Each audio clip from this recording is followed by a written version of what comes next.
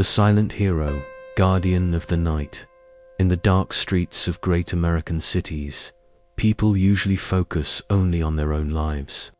But within that darkness, there exists someone unseen, unknown, yet affecting everyone's life. Our story is about such a person. He is the one who brings hope in the silence of night, radiates light within darkness, a hero whose name remains unknown, but whose heart is immense. This is the story of true heroism, the kind that exists without fanfare, without recognition, without reward. Chapter 1: The Night Watchman. Marcus Williams had grown up in one of Detroit's most dangerous neighborhoods, learning life's cruelty.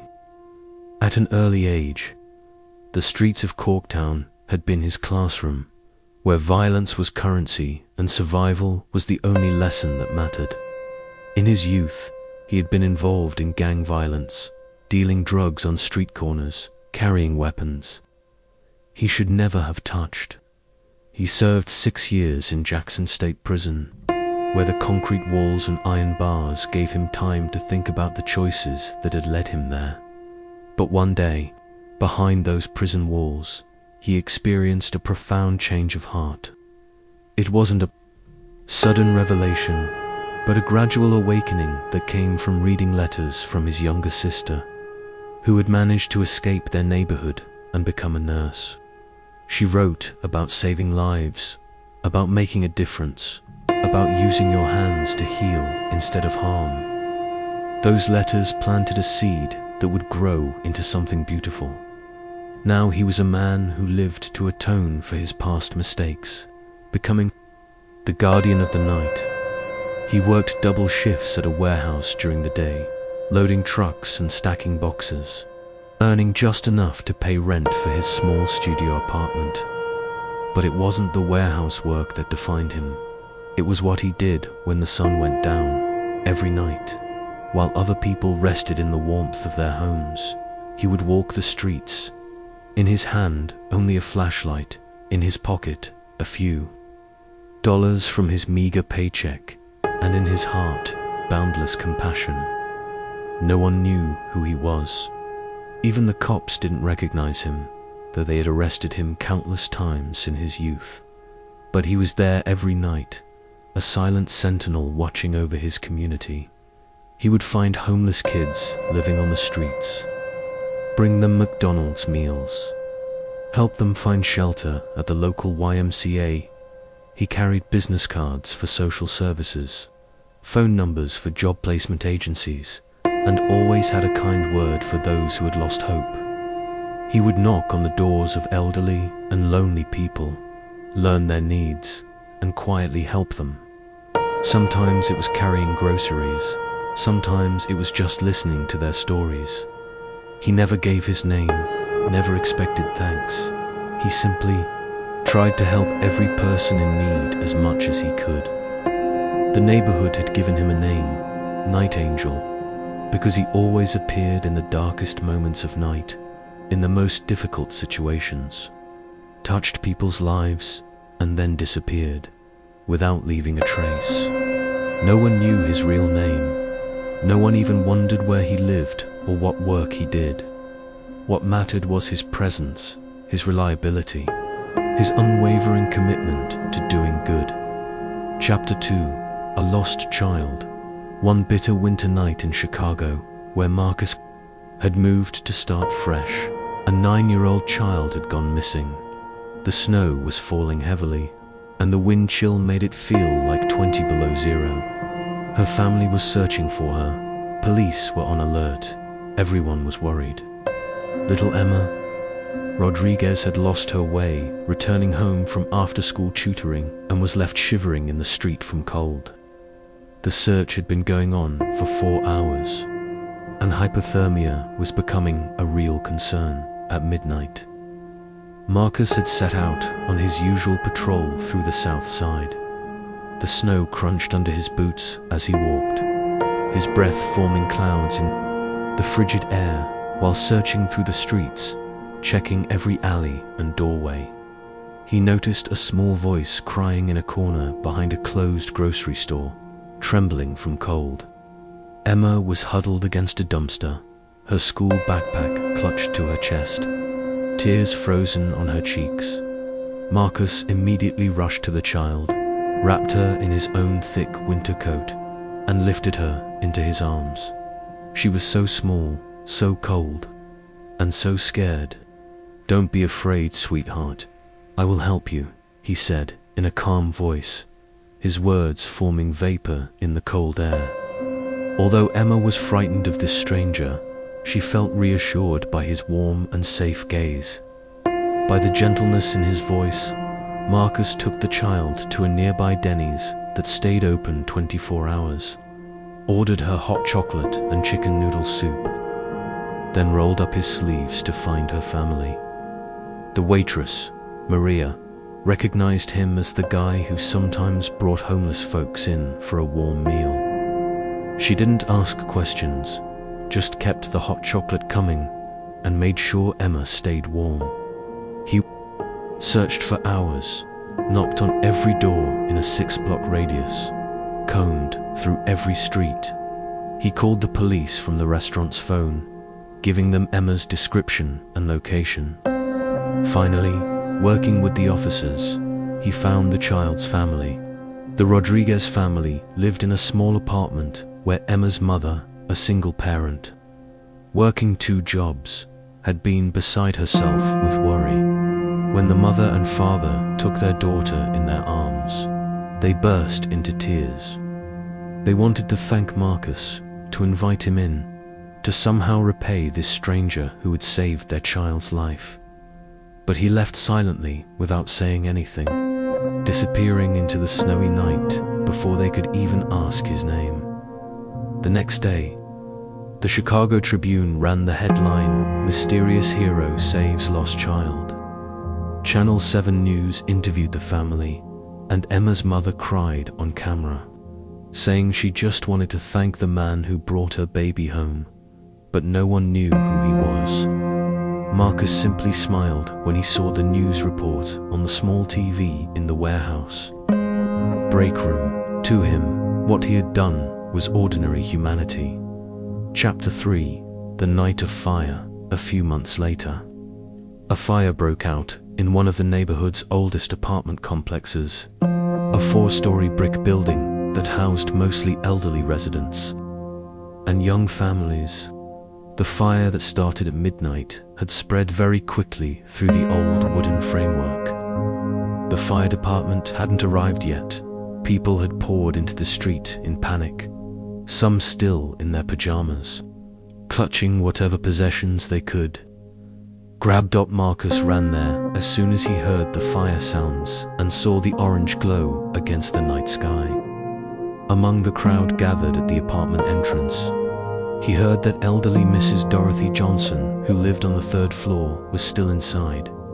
The 78-year-old woman couldn't go down the stairs due to her severe arthritis and had no family to help her. Without hesitation, Marcus entered the burning apartment building. The heat hit him like a wall, and the smoke was thick and choking. As he climbed the stairs, the smoke became thicker with each step. He was having difficulty breathing, but he didn't stop. The building groaned around him, and he could hear windows exploding from the heat. When he found Mrs. Johnson, the elderly woman was paralyzed with fear in her small apartment, surrounded by decades of memories and photographs. "Ma'am, don't be afraid. I will get you out," said Marcus, his voice steady despite the danger.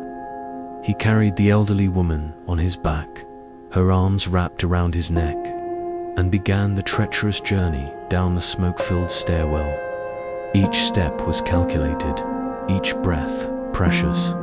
He talked to her the entire way, keeping her calm, telling her about the fresh air waiting outside.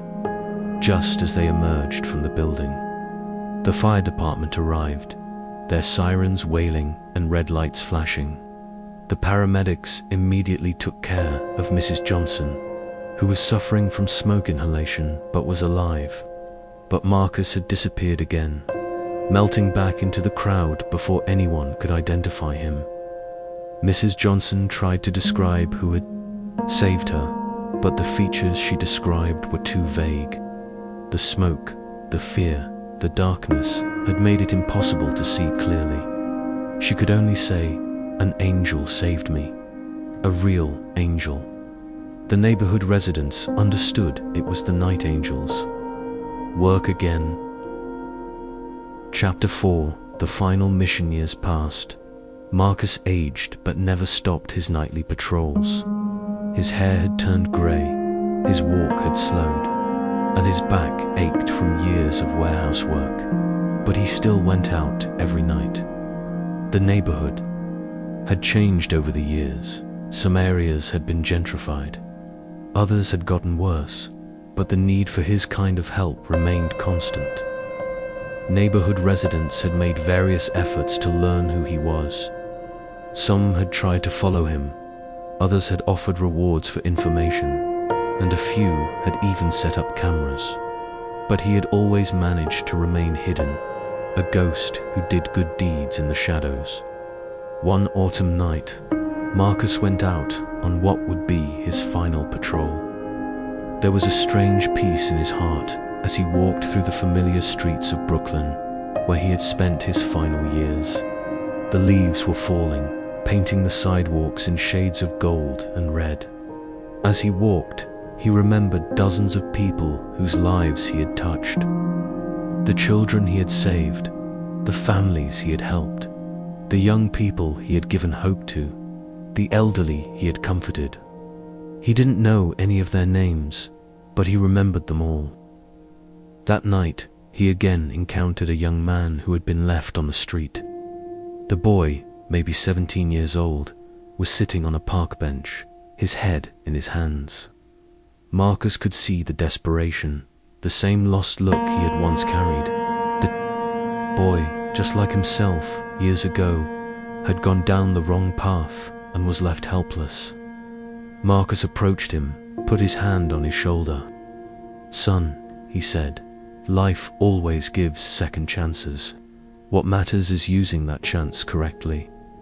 He talked with the young man for a long time, sharing his own story for the first time in years. He explained life's meaning, humanity's value, the power of redemption. Then he gave him the last $20 in his wallet and the phone number of a counselor who had helped him years ago. When Marcus returned home that night, there was great peace in his heart.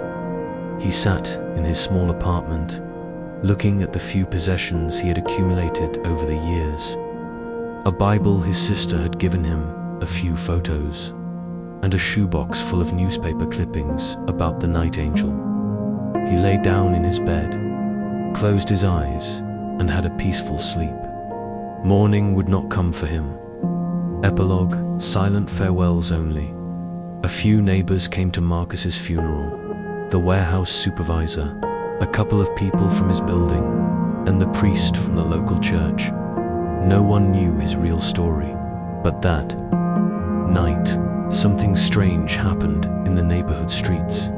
Dozens of people, with candles in their hands, silently gathered outside his apartment building.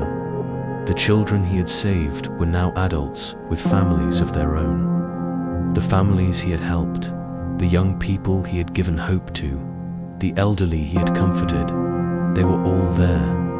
Emma Rodriguez, now a college student, stood with her mother.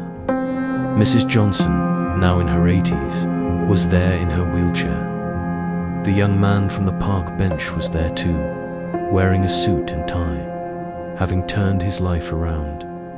That night, a legend was born in the neighborhood. When people faced difficulties, they began to ask, what would the night angel do if he were here? And his spirit inspired each of them. Some started volunteering at soup kitchens, others began checking on elderly neighbors, and a few even started their own midnight patrols. Real heroes don't expect rewards. They exist only to make lived lives more beautiful. Marcus was exactly such a hero. His name was unknown to most, but the traces he left would be remembered for generations. And perhaps, tonight too, in another American city, in another neighborhood, a similar heart, with similar courage, is quietly doing good when no one sees. Because real heroes never truly disappear. They simply continue to live in other hearts, inspiring others to carry on their mission of silent service.